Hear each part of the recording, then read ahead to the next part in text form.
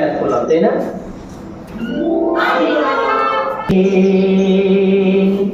তিনটা আয়াত করলাম, তাই না?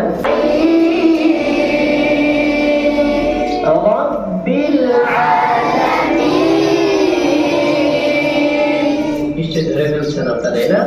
তাহলে চলেন আমরা ওই টানে পড়ি, ঠিক আছে?